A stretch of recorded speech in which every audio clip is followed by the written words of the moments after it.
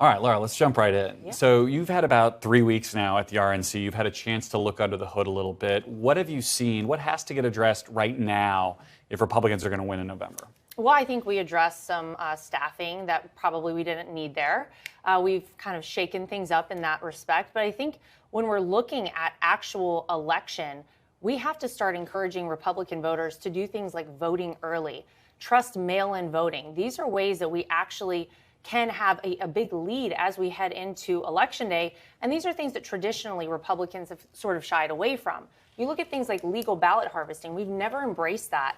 As a party, we are embracing it this election cycle. We're starting now. So these are some changes that I think will be very evident to people from now up until November 5th. It's funny, I saw the Wall Street Journal had a piece a little while ago basically saying that Donald Trump needs to listen to you on this issue because you've been talking about this idea of voting by mail more, voting early more. He's still been resistant to it. Have you had those conversations with him? What are those conversations like trying to get him off of his views on especially voting by mail? Well, I actually think if you talk to him right now, you will see that he is very much embracing early voting. I think the message that the people of this country have sent to Donald Trump, and you saw it in the primaries, is that they want to get out and they want to vote for him as soon as they possibly can. And if that means day one of early voting for people, he's very happy for them to go out and do it. And then he has to encourage people, once you early vote, if you still want to be part of the process, then encourage your friends, your neighbors, everyone in your community to also go out and vote from the day early voting starts all the way up until Election Day. And I think if you ask him now, he will have changed his tune on that. Even if it's putting a ballot in the mail as opposed to voting early in person? Absolutely, if it's putting a ballot in the mail. However you can vote, you should vote. You should bank that vote and you should make sure it is out there because, you never know what's going to happen. You never know about the weather, your personal circumstances. Things happen in life. So whenever you can vote and however you can do it, we want you to do that. Before you took this job, you said that you thought the number one job of the RNC basically was getting Donald Trump elected. Now that you're in this job, I wonder if your view on that has changed at all in terms of the broader party, and what does that look like practically? Yeah, well, the number one job of the RNC is to, of course, support the Republican candidate for president. That is Donald Trump. But of course, we are paying attention to all the down ballot races as well. The truth is, it's great if we win the presidency, and I think that's imperative, but we also want to expand our lead in the House, and we want to take back the Senate. So we are paying very close attention to all those races. We will be supporting in a very big way, whether it's financially with the RNC apparatus. We are a big organization all across this country. We're going to be supporting those races all across the country as well. Does that support for him financially include paying his legal bills directly? Not from the RNC. It does not support paying his legal bills, no. But the way that the fundraising apparatus is set up at the RNC, money still does go to that PAC, that Save America PAC that has been paying his legal bills before it goes to the RNC. And I guess my question is, how do you tell people who are sending money to the RNC, people who may have never hired a lawyer for themselves before in their life, that it's more important to put their money towards paying the legal bills of a billionaire than helping elect Republicans in Pennsylvania or in Michigan? Well, if you've never had to hire a lawyer, you're doing great stuff. You're in great shape. I'm very happy for you. Look, that is the waterfall of the joint fundraising committee you're referencing. And anyone who does not want to contribute to that very small amount of money is able to opt out of that. So if you do not want to contribute, $124,600 of your money, and you say, I don't want that specific amount to go to Donald Trump's legal bills, then you can very easily opt out. Talk to me about the way you tried to save money at the RNC. One of the things that got a lot of attention recently was these minority outreach centers that your predecessor had set up. Those have gone away. Now perhaps they're coming back. I'm confused by it. I imagine a lot of people are too. What does that minority outreach look like in 2024? It's a big part of Donald Trump's campaign. He talks about the issue. It's a huge part of the campaign. And actually, if you look at his support in 2020 with black voters, he got around 8% of the black vote. Right now, he's polling at 23% with black voters. That is huge, and we want to capitalize on that. We want to welcome everyone into this party, and we want everyone to feel comfortable voting for Donald Trump because everyone's life will improve with Donald Trump as president. What does that look like? Well, in an inverse fashion, look at where we are right now in this country. Look at how much harder life is for people, whether it's high gas prices, whether it's inflation, whether it's the open southern border that impacts every state in this country, not just border states. Everybody is feeling the negative impacts of it. And people have a unique opportunity, Garrett, right now. You have an opportunity to actually compare two different presidencies. We had Donald Trump for 4 years. We've had Joe Biden for just over 3 years. People remember how much easier, how much better their life was with Donald Trump in office and how much worse off they feel right now with Joe Biden in office. And it's very easy for us to make that contrast. What I'm hearing is a contrast in message, not a specific form of outreach.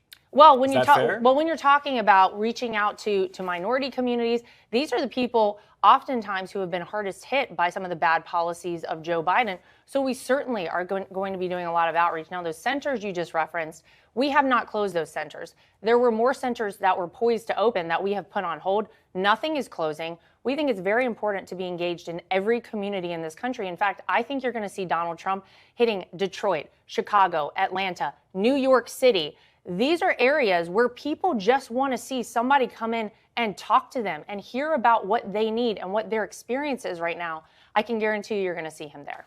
I hope you won't be offended by the premise of this question, but the position of RNC co-chair is not one that traditionally gets this kind of attention. A lot of it is because of who you are as Donald Trump's daughter-in-law. You have Donald Trump's last name. What do you say to Republican voters, and there are millions of them, people who voted for Nikki Haley, Republicans, who are not comfortable with the idea of sort of the Trump family takeover of the Republican Party? Well, I'm not the first family member to have ever held this title, first and foremost, of any president or former president. That's right. And so this is not a first in history. But what I will say is I have had so much experience. If you look at the fact that I am one of very few people who can say that I have been part of now 3 presidential campaigns, the media exposure and experience that we in the Trump family have had over the past 8 years rivals most people who make their career in politics. And I can guarantee you, none of us ever imagined we would find ourselves in this position. But I think the reason that I'm here is to assure people who ever had any question as to how their money is being spent. Can they trust the RNC? Can they donate to this entity?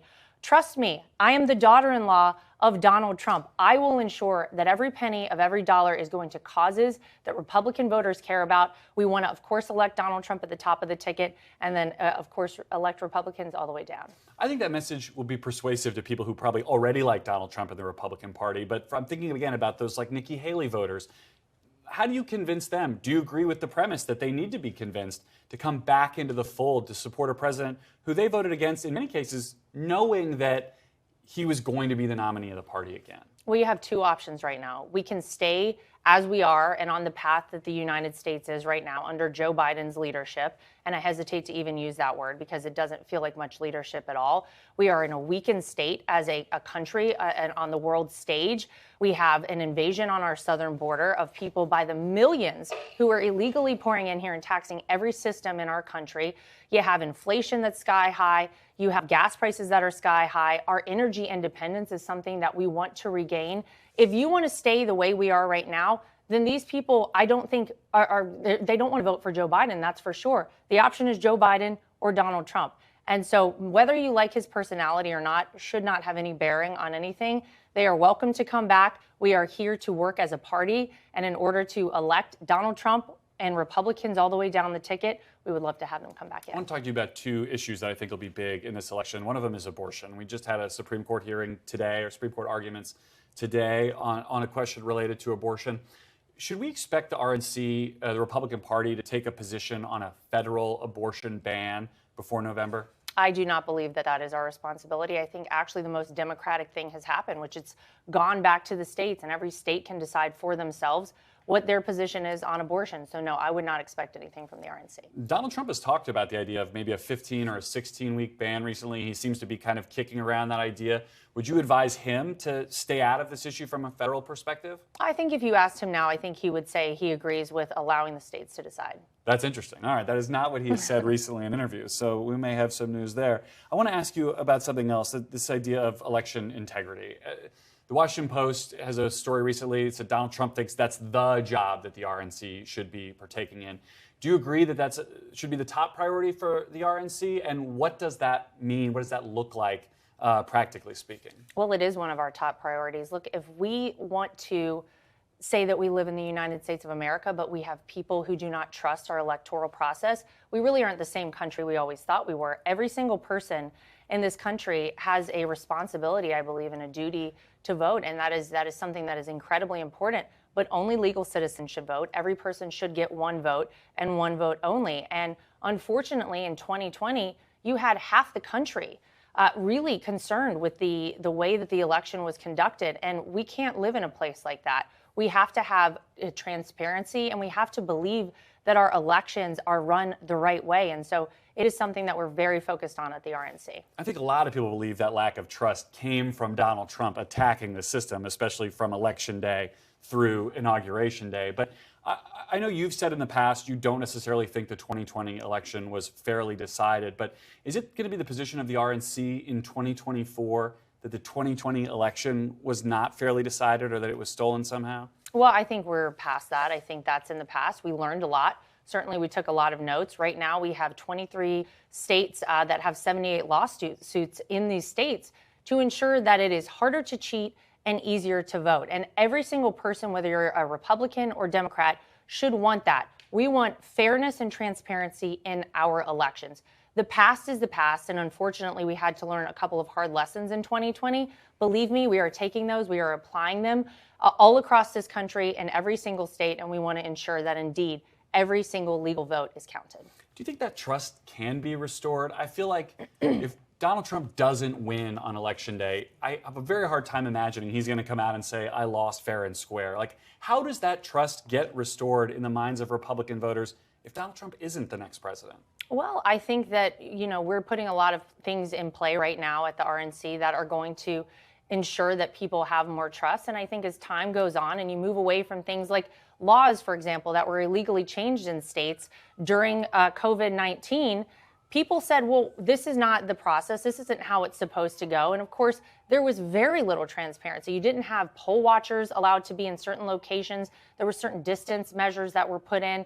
There were so many issues in that election, and it did lend itself to people saying, I really don't know what happened in 2020. I have a lot of questions. And unfortunately, Garrett, those questions were never answered for a lot of people. So, look, I do think you can restore the trust. I think time will do that. And I think that's one of our big things that we're working on at the RNC. Well, I mean, there was audit after audit and court case after court case on that, but I'm definitely more interested in 2024. And I think the other big issue, I cover Capitol Hill a lot of the time. They're about to have another debate, perhaps, about sending money to Ukraine, this supplemental spending bill.